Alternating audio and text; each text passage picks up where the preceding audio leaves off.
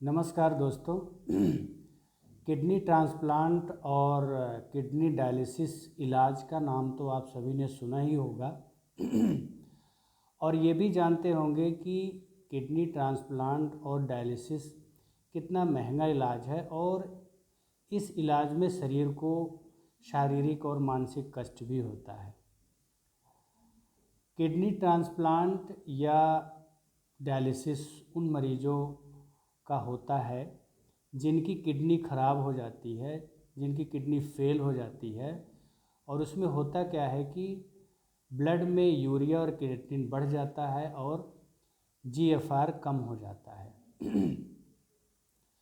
अब बात ये आती है, विचार करने का विषय ये है कि क्या ऐसी कोई चिकित्सा पद्धति है या ऐसा कोई चिकित्सा विकल्प है जिससे किडनी ट्रांसप्लांट या किडनी डायलिसिस टाला जा सके। तो आज ऐसे ही एक चिकित्सा विकल्प की बात करेंगे जिसमें एक मरीज जिसका यूरिया क्रिएटिनिन बढ़ा हुआ है, काफ़ी ज़्यादा बढ़ा हुआ है, और डॉक्टर ने उनको डायलिसिस के लिए रेफ़र किया है और कहा है कि डायलिसिस से अगर ठीक रहा तो अच्छा है, डायलिसिस होती रहेगी, अगर नहीं रिकवरी हुई तो किडनी ट्रांसप्लांट करना पड़ेगा। तो ऐसे मरीज का आयुर्वेदिक इलाज किया है और उसके बाद उसकी जो सारी रिपोर्ट है वो नॉर्मल आई है, यानी मरीज जो है वो क्लिनिकली और पैथोलॉजिकली नॉर्मल हो गया है।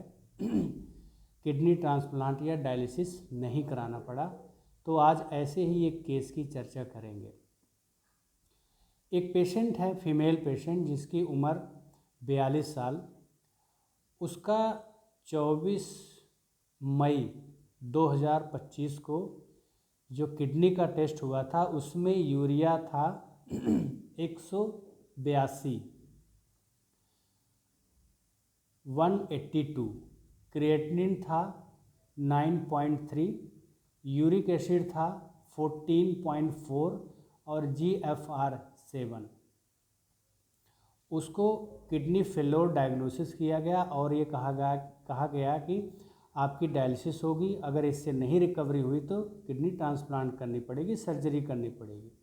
उसके बाद वो मेरे पास 26 मई 2025 को हमारे पास आया है ट्रीटमेंट के लिए, क्योंकि वो ये नहीं चाहता था कि मैं डायलिसिस कराऊं या किडनी ट्रांसप्लांट कराऊं।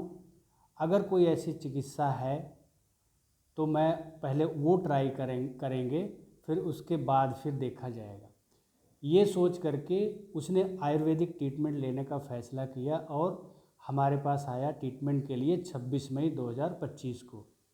उस समय उसकी जो समस्या थी, उल्टी आने को होती थी, घबराहट होती थी, श्वास फूलता था और कमज़ोरी होती थी, और उसकी कमर में दर्द होता था, और जो कमर का दर्द है वो पैर में जाता था। तो हमारी जो डायग्नोसिस थी वो किडनी फेल्योर और लंबोसैक्रल स्पॉन्डिलोसिस। तो हमने पहले किडनी का ट्रीटमेंट शुरू किया। तो किडनी फेल्योर के जो ट्रीटमेंट का जो प्लान है, लाइन ऑफ ट्रीटमेंट है, उसमें 4 चीज़ें हैं। पहला है कि डाइट प्लान यानी परहेज, दूसरा है योग और प्राणायाम, तीसरा है मेडिसिन और चौथा है पंचकर्मा। तो हमने 3 प्लान लेकर के चला। उसको डाइट प्लान दिया, योग और प्राणायाम बताया और कुछ आयुर्वेदिक औषधियाँ शुरू की। 26 मई से उसका इलाज शुरू किया और 2 जून 2025 को दोबारा उसका टेस्ट कराया। उसमें जो किडनी का जो टेस्ट आया उसमें यूरिया जो 182 था वो हो गया 171, जो क्रिएटिनिन 9.3 था वो हो गया 8.4, यूरिक एसिड जो 14.4 था वो हो गया 13.5। इसके बाद हमने दवाई में कुछ चेंजेज किए, तो फिर दोबारा इलाज कंटिन्यू रखा। उसके बाद फिर 19 जून 2025 को फिर किडनी का टेस्ट कराया। उसमें यूरिया जो इसके पहले वाली रिपोर्ट में एक 171 था वो 40 आ गया, 40। क्रिएटिनिन 8.4 था और इसमें क्रिएटिनिन आया 3.5। यूरिक एसिड जो 13.5 था वो यूरिक एसिड आ गया 8। और सेम यही ट्रीटमेंट उसके बाद फिर हमने कंटिन्यू किया 1 महीने। फिर 19 जुलाई को लास्ट टेस्ट जो हुआ है उसमें यूरिया आया है 35, क्रिएटिनिन आया है 2.5 और GFR आया है 23। जो पहली रिपोर्ट में केवल 7 था वो लास्ट रिपोर्ट में 23 आया है और यूरिक एसिड आया है 6। तो हम इस प्रकार यूँ कह सकते हैं कि वो पेशेंट अब पैथोलॉजिकली और क्लिनिकली बिल्कुल फिट है, उसकी डायलिसिस भी नहीं हुई और किडनी की सर्जरी भी नहीं हुई। अब इसका कंक्लूजन क्या निकाल सकते हैं कि आप आयुर्वेद के सामर्थ्य को जानो, आयुर्वेद के सामर्थ्य को स्वीकार करो और आयुर्वेदिक इलाज अपनाओ।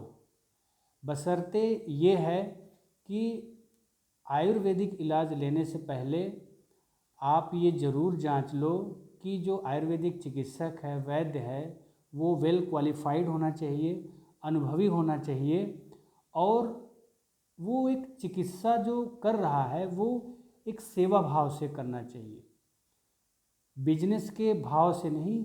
जो ट्रीटमेंट करे वो सेवा भाव से करे। ऐसे योग्य चिकित्सक से आप इलाज लो।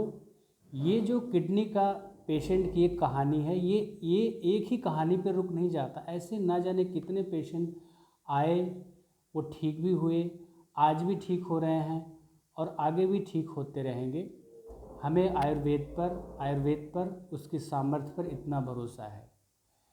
इसलिए आप लोगों से यही निवेदन है कि अलग अलग पैथी में लोग इलाज करते हैं, वो महंगा भी हो सकता है, कष्टदायी भी हो सकता है, लेकिन आप आयुर्वेदिक इलाज या आयुर्वेदिक ट्रीटमेंट ज़रूर अपनाएं किसी अच्छे वैद्य, अनुभवी वैद्य, क्वालिफाइड वैद्य से।